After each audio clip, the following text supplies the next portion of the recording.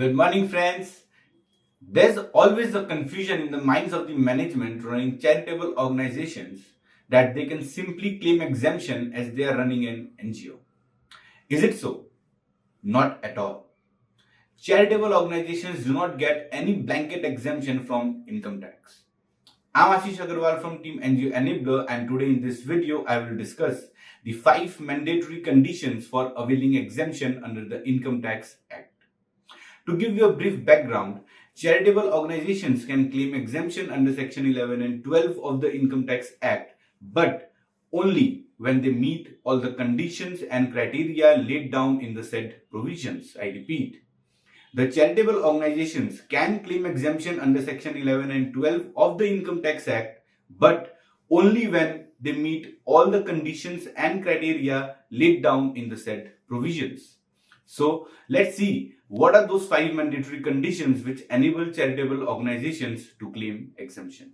Firstly, the registration under clause AC of subsection 1 of section 12A read with section 12AB of the Act is required. Of course, in order to get the registration, you must be carrying out charitable activities as defined under section 2 subsection 15 of the Act and nothing more and beyond that. So, what are those activities?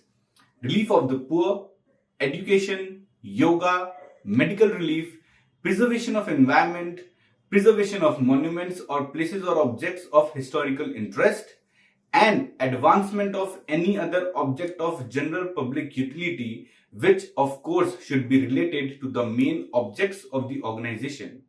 And if any such activity is in the nature of trade, commerce and business, such receipts should not exceed 20% of the total receipts of the organization.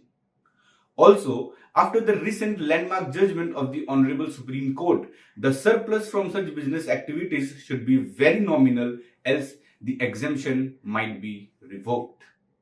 The video explaining the crux of this judgment has already been uploaded and is waiting for you.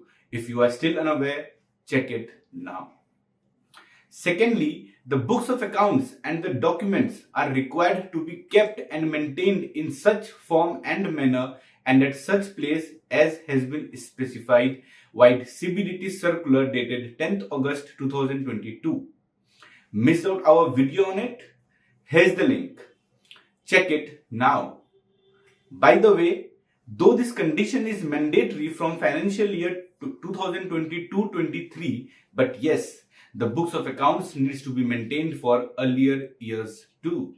Such accounts need to be preserved for a minimum of 10 years. The third condition is that the accounts of the organization as listed in the circular needs to be audited if applicable, as was discussed in my earlier video, and the report of the same needs to be furnished within the timeline prescribed. Yes, you guessed it right. Form 10B or Form 10BB as applicable needs to be furnished by the auditor on or within 30th September of the assessment year.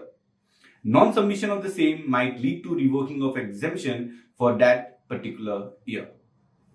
Next condition is filing of income tax return. Along with the audit report in Form 10B or Form 10BB, the return of income too has to be furnished by the charitable organizations within 31st October of the assessment year in Form ITR 7. I repeat, in Form ITR 7. Delay in filing of income tax returns might lead to revoking of exemption and the organizations might end up paying taxes. Last but not the least, application of income and accumulation wherever required needs to be complied with as laid down in the provisions of Section 11 to Section 13 of the Act. I repeat, application of income and accumulation wherever required needs to be complied with as laid down in the provisions of Section 11 to Section 13 of the Act. This implies spending 85% of the total income for charitable activities. In case you are not able to spend the mandatory 85%, then accumulating the same as per clause 2 of explanation to section 11 subsection 1 or section 11 subsection 2 and filling the relevant forms, that is form 9A and form 10 respectively, is mandatory.